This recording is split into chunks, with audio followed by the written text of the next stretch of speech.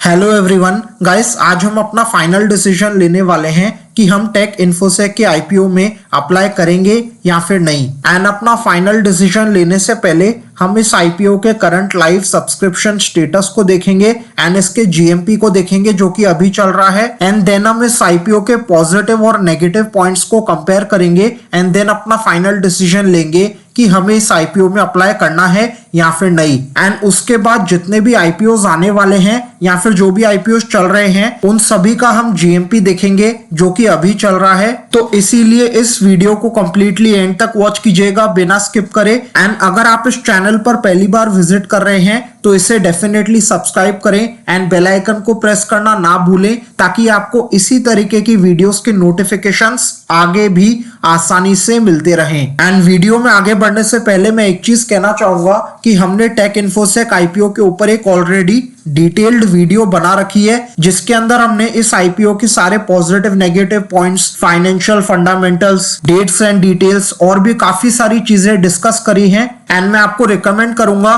कि आप वो वीडियो जरूर जाकर के देखें, उससे आपको एक ब्रीफ ओवरव्यू मिल जाएगा इस कंपनी का। तो अब हम सबसे पहले इस आईपीओ के लाइव सब्सक्रिप्शन स्टेटस को देख लेते हैं जो कि अभी चल रहा है। तो हमारे पास यहाँ पे फिलहाल डे 1 27 मार्च एंड डे 2 28 मार्च तक का डेटा है। तो अगर हम डे 1 27 मार्च की बात करें तो QIBs ने इस आईपीओ में 2.64 टाइम्स का सब्सक्रिप्शन करा है। देन अगर हम NII कैटेगरी की बात करें तो NII कैटेगरी ने 6.06 टाइम्स का सब्सक्रिप्शन करा है। देन रिटेल कैटेगरी ने 16.57 टाइम्स का सब्सक्रिप्शन करा है। देन अगर हम डे 1 की टोटल बात करें तो डे 1 में टोटल 10.34 टाइम्स का सब्सक्रिप्शन आया है। देन हम डे 2 28 मार्च तक के सब्सक्रिप्शन स्टेटस की बात कर लेते हैं। तो डे 2 तक QIBs ने इस आईपीओ में 2.67 टाइम्स तक का सब्सक्रिप्शन कर दिया है। एंड उसके बाद अगर हम NII कैटेगरी की बात करें तो NII कैटेगरी 14.08 टाइम्स तक सब्सक्राइब हो चुकी है। देन हम रिटेल कैटेगरी की बात करें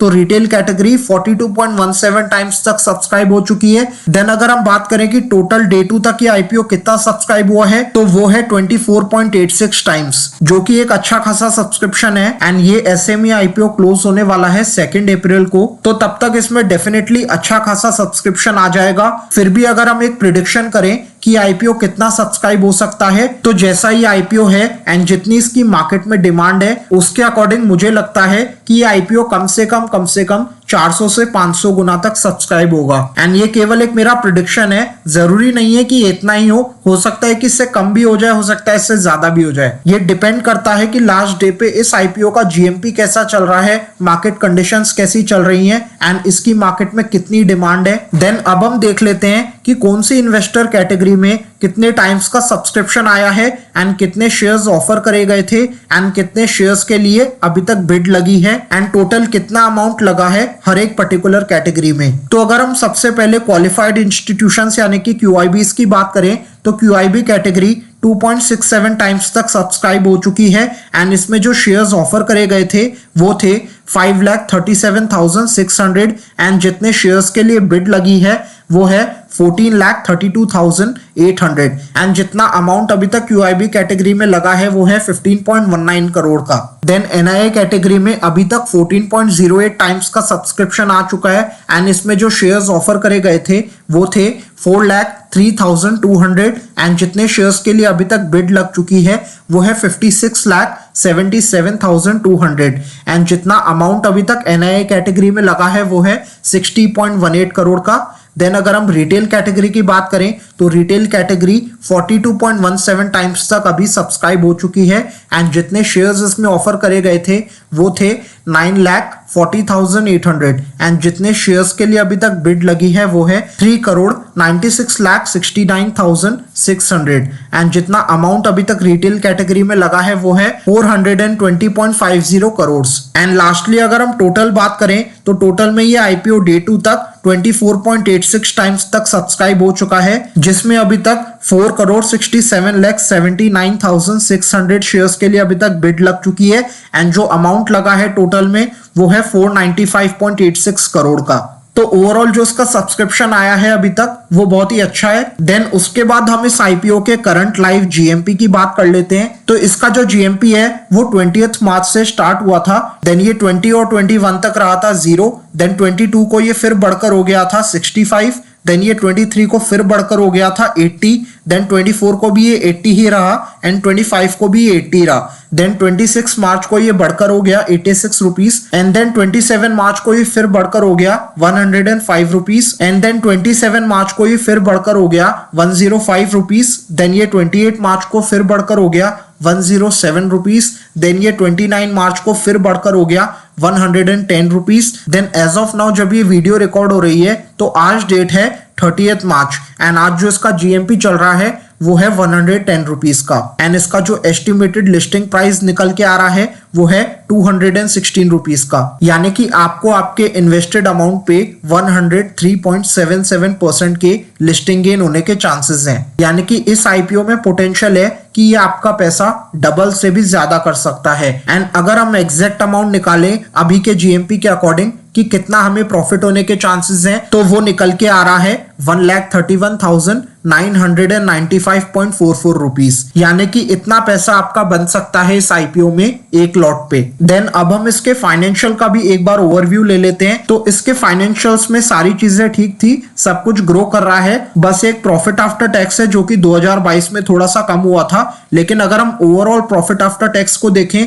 तो वो ग्रो कर रहा है एंड इसकी जो बोरोइंग है वो भी कम हुई है ओवरऑल अगर हम देखें। देन हम इसके एक बार की परफॉर्मेंस इंडिकेटर्स को देख लेते हैं। तो इसका जो ROE, ROCE and return on net worth है वो तीनों ही 15 और 20 से ऊपर है, जो कि एक अच्छी बात है, पॉजिटिव पॉइंट है। एंड देन जो इसका पैट मार्जिन परसेंटेज है वो भी बहुत अच्छा है। तो ओवरऑल अगर हम देखें तो इसके जो फाइनेंशियल्स हैं वो बहुत ही अच्छे हैं, ग्रो कर रहे हैं। एंड अब हम अपना फाइनल डिसीजन ले लेते हैं कि हमें इस आईपीओ में अप्लाई करना है या फिर नहीं। तो सबसे पहले इस आईपीओ का जो डे 2 तक का सब्सक्रिप्शन स्टेटस है वो बहुत ही अच्छा है एंड ये लास्ट डे को भी अच्छा ही जाएगा, अभी तक तो ऐसा ही लग रहा है। एंड देन हम इसके जीएमपी की बात करें तो जीएमपी में लगातार ग्रोथ है एंड जीएमपी फिलहाल 100% के ऊपर है। एंड हमारा क्राइटेरिया किसी भी एसएमई आईपीओ में अप्लाई करने का यही रहता है कि उस आईपीओ का जीएमपी या तो 100% या फिर उससे ऊपर चल रहा हो। एंड फिलहाल इस आईपीओ में 0% रिस्क है क्योंकि इसका जो जीएमपी है वो 100% से ऊपर चल रहा है। देन अगर हम इसके फाइनेंशियल्स की बात करें तो ओवरऑल इसके जो फाइनेंशियल्स हैं वो बहुत ही अच्छे हैं, सब कुछ ग्रो कर रहा है। तो इन सारी चीजों को देखते हुए फिलहाल मेरा फाइनल डिसीजन यही है कि मैं इस आईपीओ में रिटेल कैटेगरी में अप्लाई करूंगा। एंड ये मेरा अपना पर्सनल ओपिनियन है, मैं आपको कोई सलाह नहीं दे रहा हूँ, कोई टिप नहीं दे रहा हूँ। अपना खुद का एनालिसिस करें, अपने फाइनेंशियल एडवाइजर की सलाह लें एंड देन ही अपना डिसीजन लें कि आपको इस आईपीओ में अप्लाई करना है या फिर नहीं। एंड आप में से कौन कौन इस एसएमई आईपीओ में अप्लाई करने वाला है वो हमें कमेंट सेक्शन में लिख करके जरूर बताइएगा। एंड अब हम सारे आईपीओस के करंट जीएमपी को देख लेते हैं एंड इसमें हम main board IPOs and SME IPOs दोनों को इंक्लूड कर रहे हैं। तो सबसे पहले हम विश्वास एग्रीसीड्स एनएससी एसएमई आईपीओ के बारे में देख लेते हैं। तो इस आईपीओ का जीएमपी करंटली चल रहा है 9 रुपीज का एंड इसमें आपको 10.47% के प्रॉफिट होने के चांसेस हैं। देन अगला जो आईपीओ है वो है Naman in store India NSC SME IPO and इसका जीएमपी करंटली 46 रुपीज का चल रहा है एंड इसमें आपको 51.69% के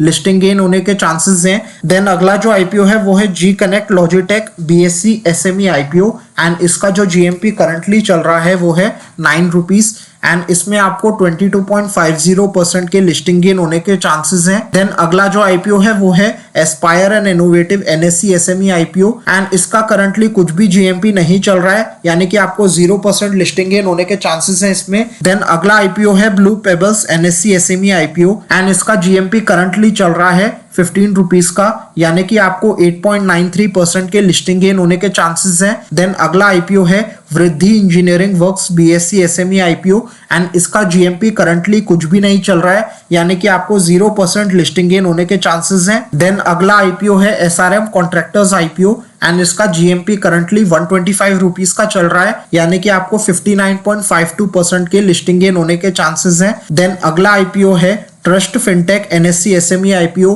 एंड इसका जीएमपी करंटली 60 रुपीज चल रहा है, यानी कि आपको 59.41% के लिस्टिंग गेन होने के चांसेस हैं। देन अगला आईपीओ है रेडियो वाला NSE SME IPO एंड इसका GMP करंटली 43 रुपीज चल रहा है, यानी कि आपको 56.58% के लिस्टिंग गेन होने के चांसेस हैं। एंड अगला जो IPO है वो है tech Infosec NSE SME IPO and इसका GMP करंटली 110 रुपए चल रहा है एंड इसमें आपको 103.77% के प्रॉफिट होने के चांसेस हैं। देन अगला जो IPO है वो है K2 इंफ्रागन NSE SME IPO and इसका GMP करंटली 30 रुपीज चल रहा है, यानी कि आपको 25.21% के प्रॉफिट होने के चांसेस हैं। देन अगला IPO है जय कैलाश नमकीन BSE SME IPO एंड इसका GMP करंटली 30 रुपीज चल रहा है, यानी कि आपको इसमें 41.10% के प्रॉफिट होने के चांसेस हैं। उसके बाद हम बात कर लेते हैं यश ऑप्टिक्स NSE SME IPO के बारे में। तो इसका GMP करंटली 23 रुपीज चल रहा है एंड इसमें आपको 28.40% के लिस्टिंग गेन होने के चांसेस हैं। देन अगला IPO है Aluwind architectural NSE SME IPO and इसका GMP करंटली 5 रुपीज चल रहा है एंड इसमें आपको 11.11% के लिस्टिंग गेन होने के चांसेस हैं। देन अगला IPO है creative graphics solutions NSE SME IPO and इसका GMP करंटली चल रहा है 52 रुपीज का एंड इसमें आपको 61.18% के लिस्टिंग गेन होने के चांसेस हैं। देन अगला IPO है भारती हेक्साकॉम IPO एंड इसका GMP करंटली चल रहा है 37 रुपीज का, यानी कि आपको 6.49% के लिस्टिंग गेन होने के चांसेस हैं। आई होप गाइस आपको ये वीडियो अच्छी लगी होगी। अगर सचमुच अच्छी लगी है तो इसे डेफिनेटली लाइक करें एंड इसी तरीके की वीडियोस के नोटिफिकेशंस आपको आगे भी आसानी से मिलते रहें, उसके लिए अभी हमारे चैनल को सब्सक्राइब करें एंड बेल आइकन को प्रेस करना ना भूलें।